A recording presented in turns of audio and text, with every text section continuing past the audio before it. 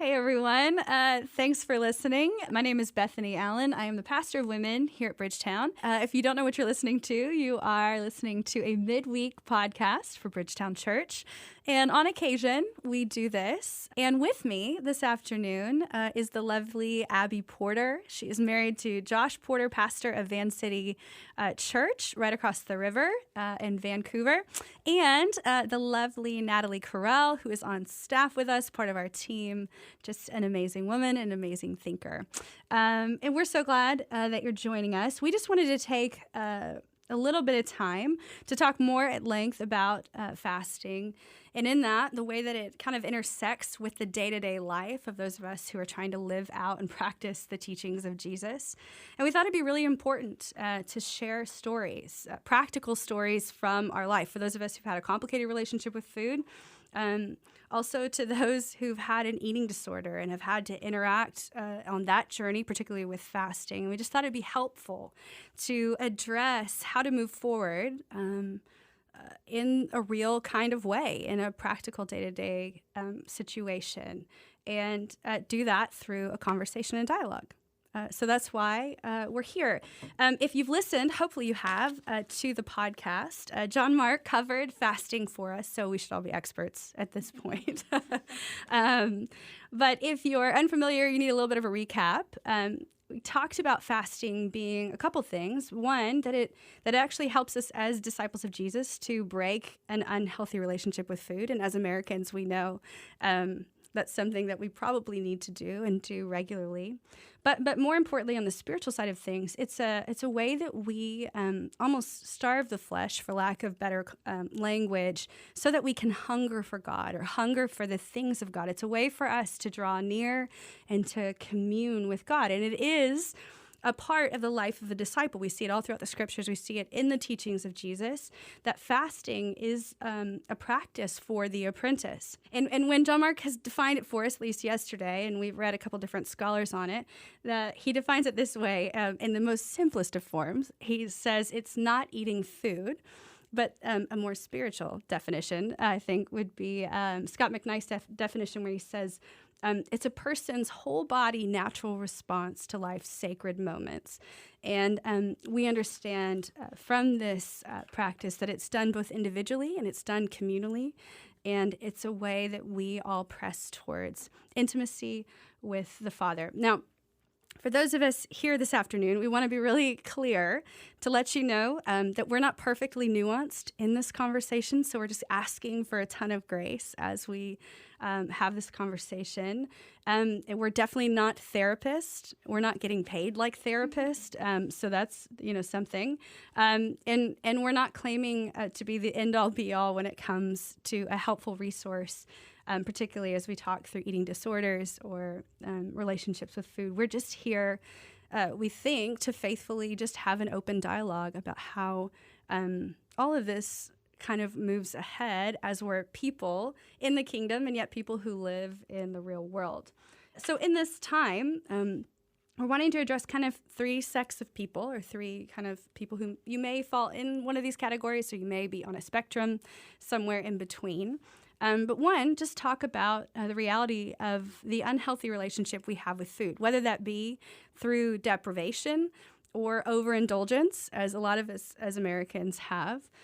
We wanted to talk about legalism and how that intersects with this practice, how oftentimes we're compelled to do fasting from a spirit that kind of says, look at me, look what I'm doing, and doing it really for the approval of man as opposed to the approval of God. And then where fasting kind of intersects with eating disorders, or people who've struggled with eating disorders. And we know this isn't just a female issue. We know that it's a male issue, and those numbers are continuing to rise.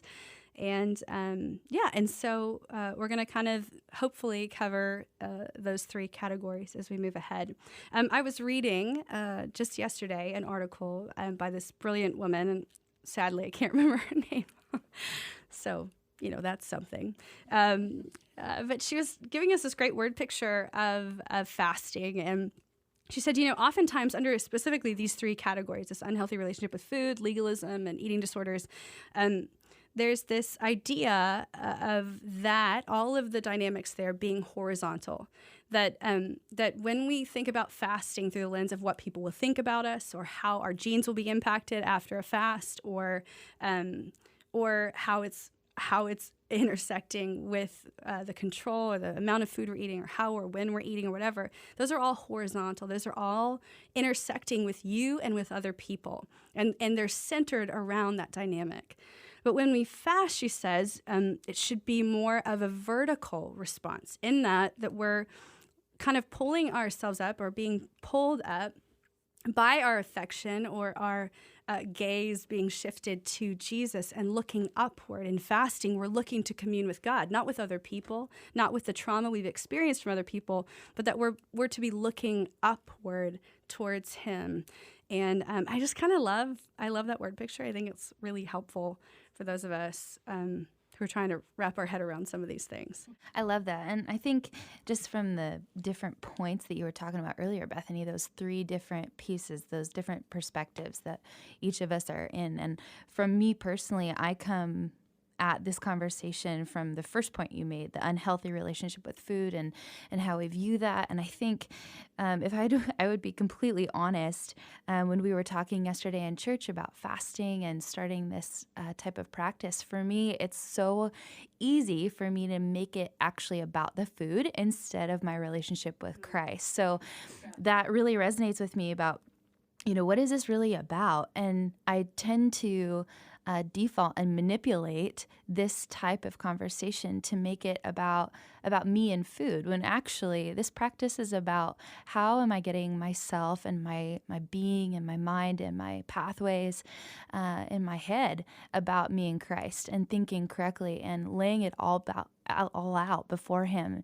And I think, I don't know if it's true for many of our listeners, but I think for me, it's difficult to just be all in with the Lord in this, because it's awkward. I haven't tried it before, or it's just clunky, and I don't know the verbiage. So I think sometimes it's hard to feel like, where do I even start with this if I already know all my defaults are like in wrong thinking patterns, if that makes sense. Totally makes sense. And helpful in this dialogue, because that's really what we're getting at is we want to enter into this practice. We want to be wholehearted in it, but we have to just admit, in all honesty, that there are complications that are just intersecting our day-to-day lives when it comes to this actual practice. And I think, I was talking to someone last week about it, and just like you, Natalie, anytime I've begun to do the practice, it's been hard not to think about.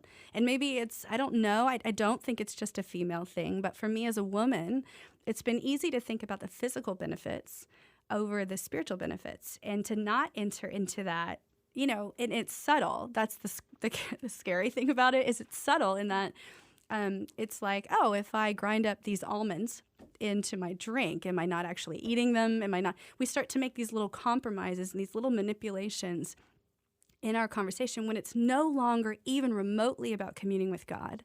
It's about the actual discipline, and it's just lost its value as a whole at that point. But those are things I didn't fully understand early on, and I'm continuing to learn the older I get. A lot of times it can deter us from actually pressing into the practice. And the challenge here is for us to move beyond that and to continue to make the most important thing the important thing. When thinking about this conversation too, it's hard not to think about the tension we live in, particularly as people who are following Jesus' teachings and following His instruction. And in that, there's just like a rhythm to our relationship with Him even. And how in the faith that we're in, we're moving towards holiness. And a lot of times we think about complicated relationships with food, we think about legalism, or we think about even eating disorders. We know that there's a drive in that, not towards holiness, but towards perfection. And sometimes I think, especially as we're talking about the manipulation or even the weird variances we give in this conversation, we kind of move on the spectrum from justifying certain things or not justifying certain things in the name of holiness or in the name, and when really it's an act of perfectionism and all of that. So as I was thinking through that yesterday, I was thinking through, John Mark had this great definition for slavery, because when I think about perfectionism, and Abby, you could speak to this, particularly in the line of an eating disorder or even in a complicated relationship with food, which I know I could speak to, I would say it's dangerous in that it's bondage. Like at the end of the day, it's a complicated, hard relationship. The desire to be perfect or to look perfect or to present myself as perfect is not actual freedom. And in fasting, as we move towards holiness, the goal isn't that we be in more bondage, which is where we've been led in times past, but that we would actually be free.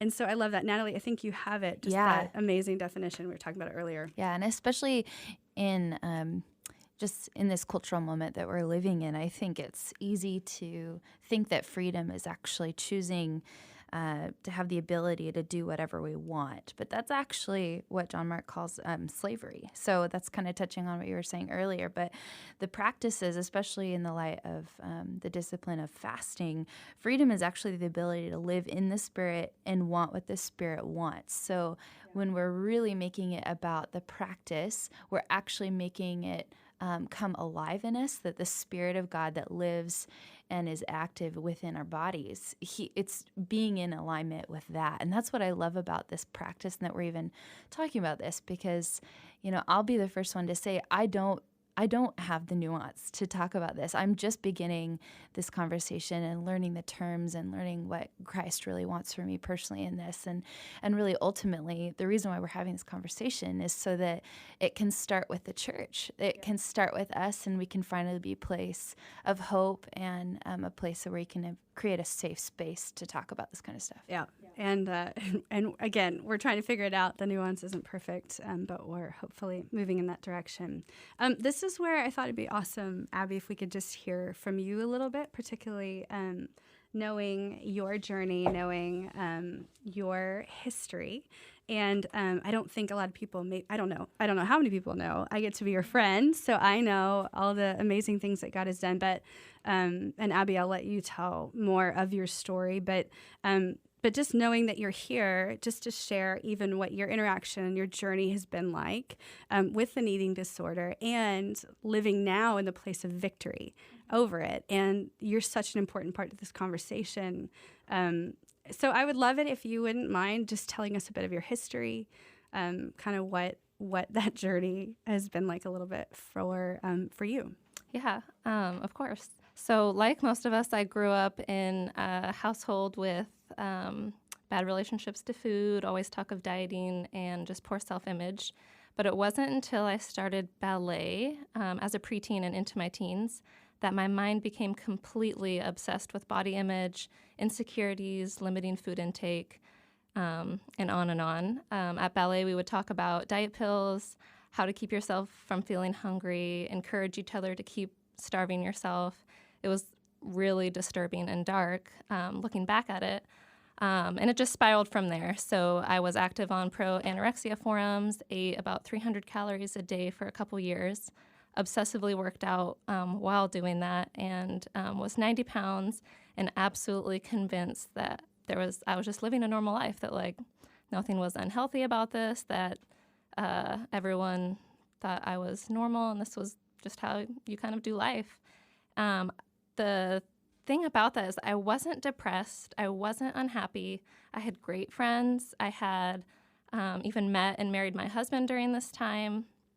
And what's interesting looking back, and I've talked about with everyone, is I don't know, like, how did I sustain this for so long without other people even like asking me, like, why are you only eating 300 calories? Because I would brag about it. Like, I don't know if I was trying to hide something, it was just weird. But I think it's so hard for people. It's such a sticky subject and situation. It's like awkward. People don't want to ask you, like, do you have a problem? Or it's like kind of passive or anyway.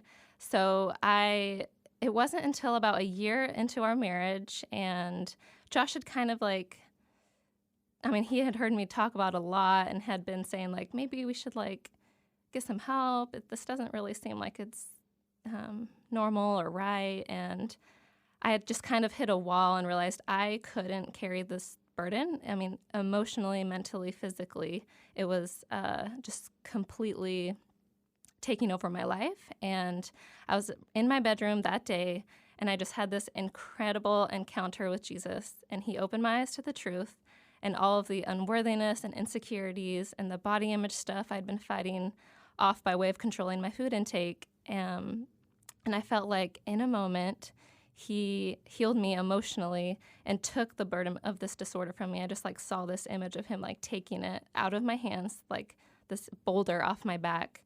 And he whispered this promise that I will never forget and told me that it was never something that I would have to carry again, which is so backwards from the eating disorder community.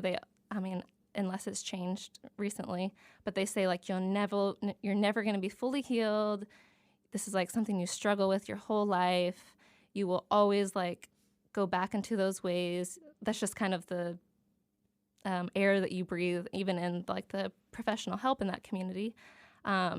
So to be really almost 10 years now past that, I really can say that it hasn't been a temptation to the degree that like I fall into the really strong thought patterns or habits that I had all of those years before, and that I fully feel like I have been healed like it was a disease. I mean, it is a disease, and I was like healed from it.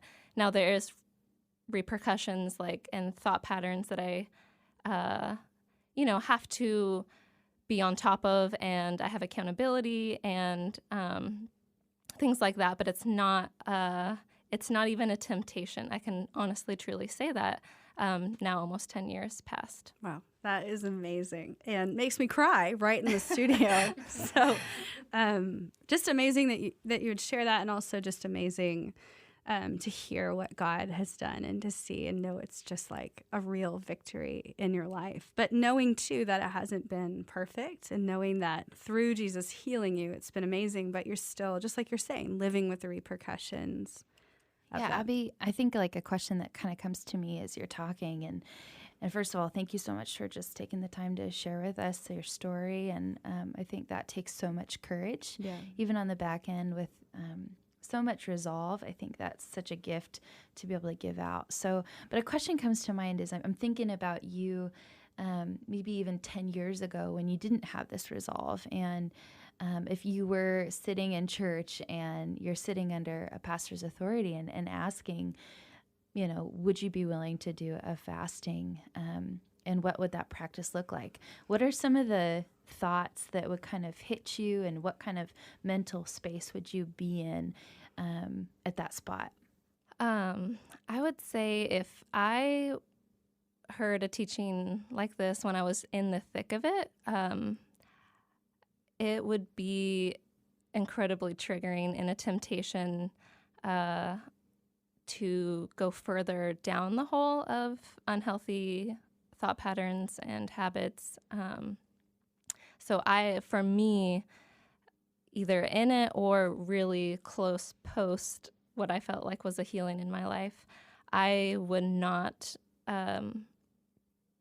probably would not have participated in a fast, just because it would have been much more of a discipline for me to eat that day than to not eat. It would have been basically what I wanted. So I would say if you are in a place where you're currently, this is like a big struggle in your life and you're just walking through this eating disorder every day, or you're really closely past it or still in getting help, I would say that it's not smart, in my opinion, to participate in a fast, because it is, it's like giving yourself permission to go back to those bad patterns and habits, and it's not going to be helpful in your discipleship to Jesus.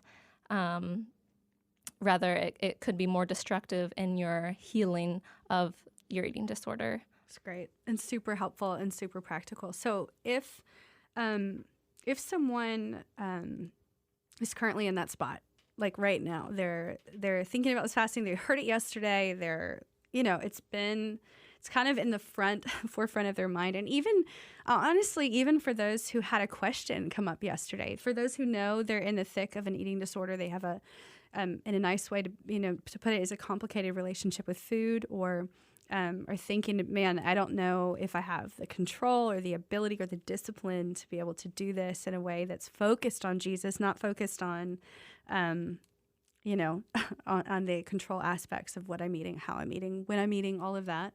What would you say? What would you say to someone who knows even at some level they're predisposed, whether this has been in their past, whether it's been in their family of origin, it's something they've, kind of walked the line. What would you say to them? I mean, directly, I know you said, you wouldn't do this. You wouldn't recommend it being the most healthy approach. There are means, and hopefully we'll talk about that in just a minute, of just kind of what can we do going forward. But what would you say to them directly? What would be your counsel to them, especially as someone who's been there, And I know it's not as pragmatic as just sitting here. We're asking you a few questions. This was your life. This is part of who you are and part of your testimony about what God has done in your life. So what would you say? I would say if that was you and you are predisposed or in the thick of it, or that this is like a temptation at all, to seek help, like from a counselor or talk to your pastor. That's like step number one. And honestly, there's probably a good portion of people that are listening that don't think that what they are doing is an eating disorder. And I feel like I can say that because I had done all these things, and I would not have considered myself anorexic or to have an eating disorder, even though I was obsessed with eating disorders and learning about it and talking about it. So if that's you, I would say just accept that, like to call it that, call it what it is, and to get help for it. It doesn't have to be this, go to rehab thing. I think that you need wisdom, and that's why you should talk to someone else. But honestly, I didn't. I would have gone to get help from professionals, but my first step was honestly handing over my control, and for me, it was control. I'm a perfectionist, control freak. That's just who I am.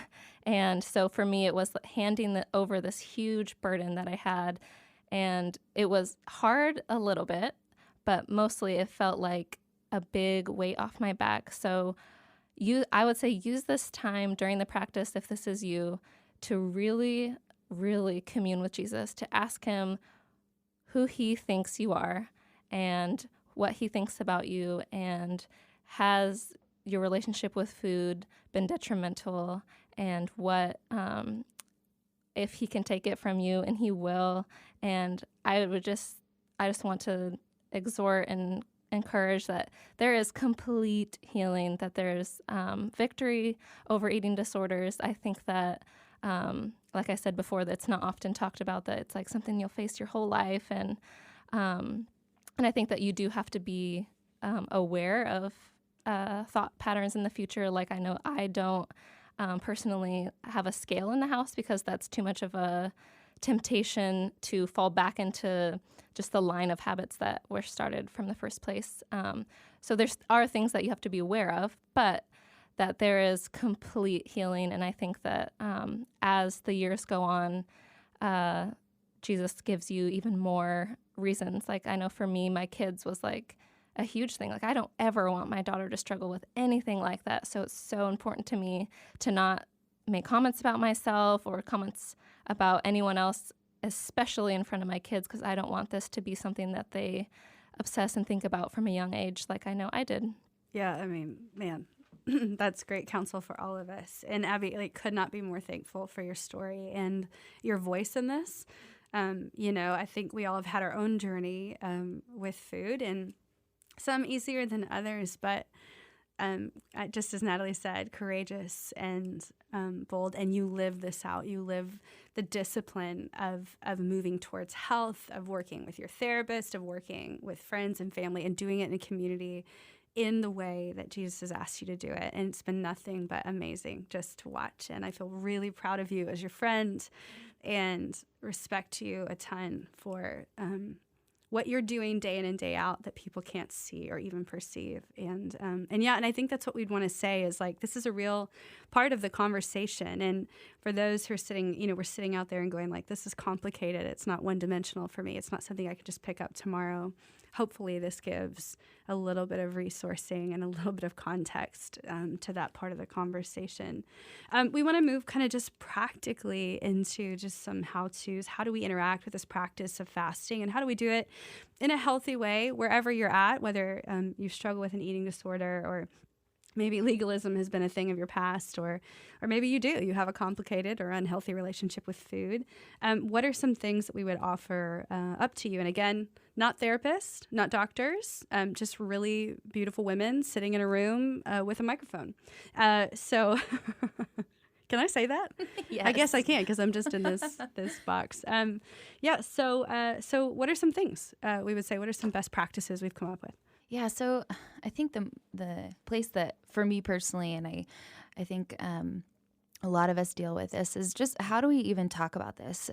Just like you said, Abby, call it what it is.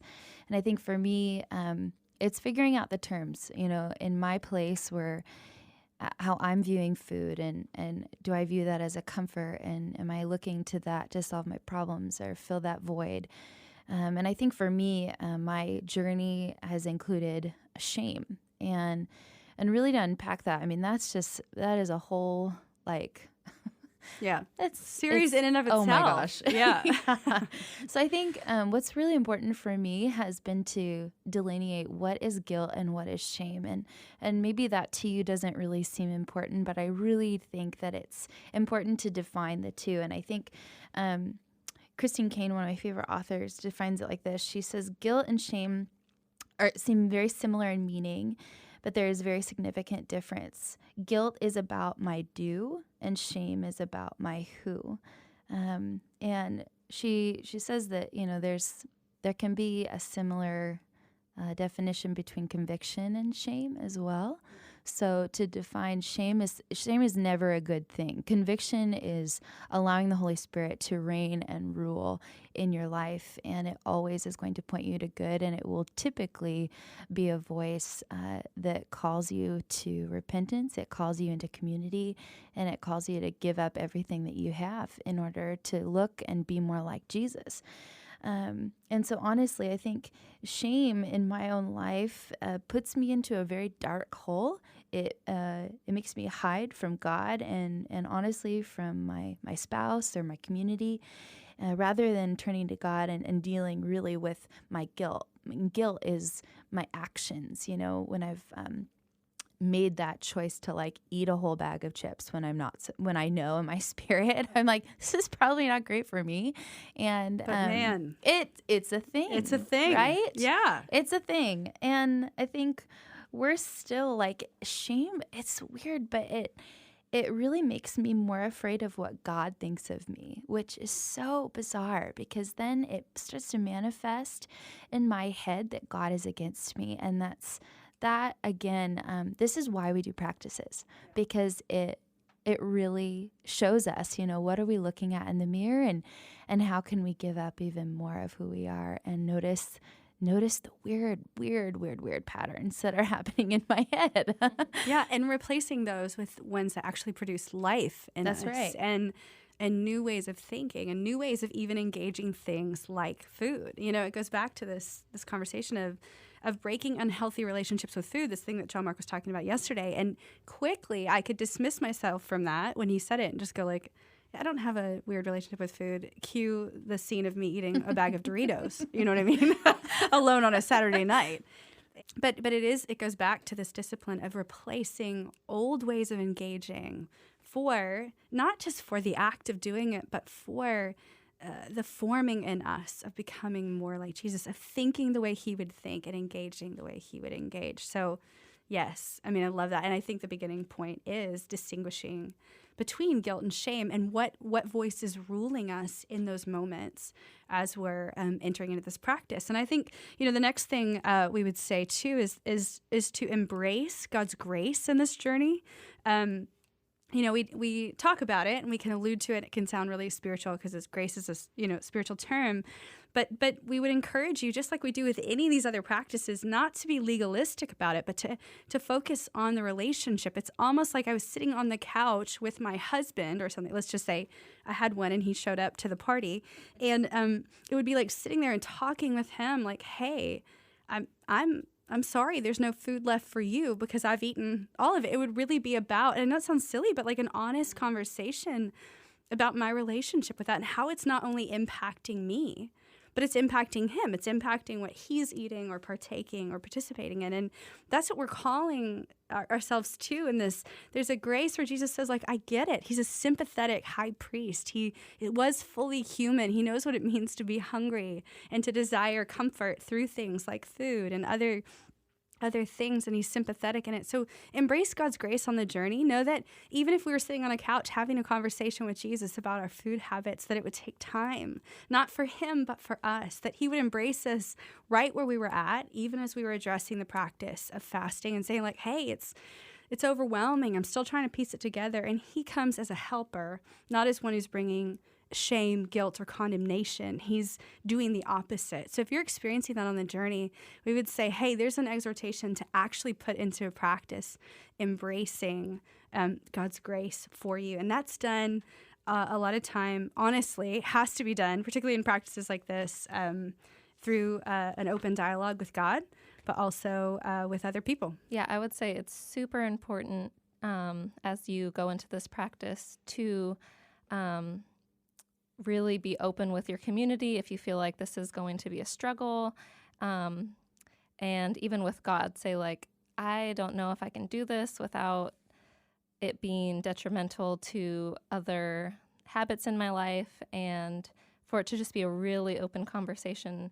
And remember that it's not going to be like this forever. You will come to a place of healing and where you can step into fasting again. I know for myself, almost 10 years post having an eating disorder, I feel like I can completely fast, and for it to not be a big temptation to go back into that, or for it to be a block and more about myself or control, and that it's actually a super amazing time where I can remember what it was like, and it's like provides an even deeper communion with God in remembering what he's delivered me from and what we have victory over, and it can really just be a beautiful thing. So if it's you right now and you're kind of not in it, and you're not able to do the practice, and you're kind of bummed because you just heard this amazing teaching on it and it's how awesome it's going to be,